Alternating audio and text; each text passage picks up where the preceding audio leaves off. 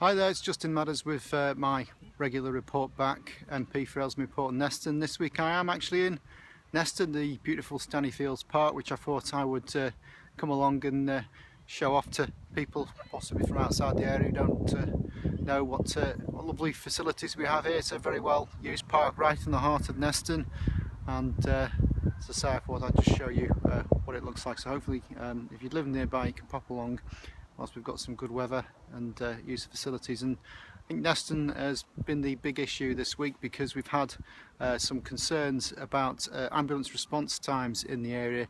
Certainly had one or two stories that I'm aware of slow response times, so I've been in dialogue with the North West Ambulance Service about what their own records say on ambulance response times, and they've told me actually that they don't keep records and they can't tell me how many of the emergency calls are responded to within the 8-minute target.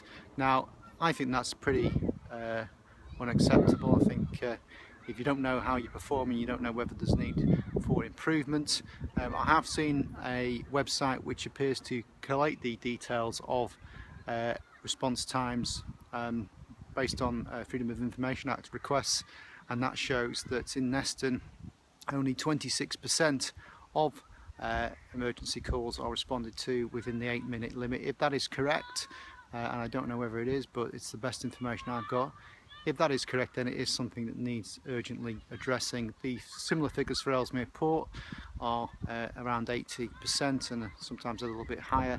So on the basis of that statistical information, there is a massive disparity there, and that urgently needs addressing. This isn't about criticising the ambulance crew, who I know do a very good job in very difficult circumstances. It's about saying to the management, actually there's an issue here, what are you doing about it, what information have you got, what are you going to do to address the problem. At the moment they don't seem to be accepting that there is an issue, and I think they need to look very carefully at their own performance and get a better service in this area. This is the kind of issue that will cost lives. Hopefully they'll deal with that. Hopefully we'll see some better planning about where ambulances are based in the future, and Neston can get the service that it deserves. So just that issue this week I'll report on. There are lots of things happening nationally which I'll come back to next week, but for now, goodbye.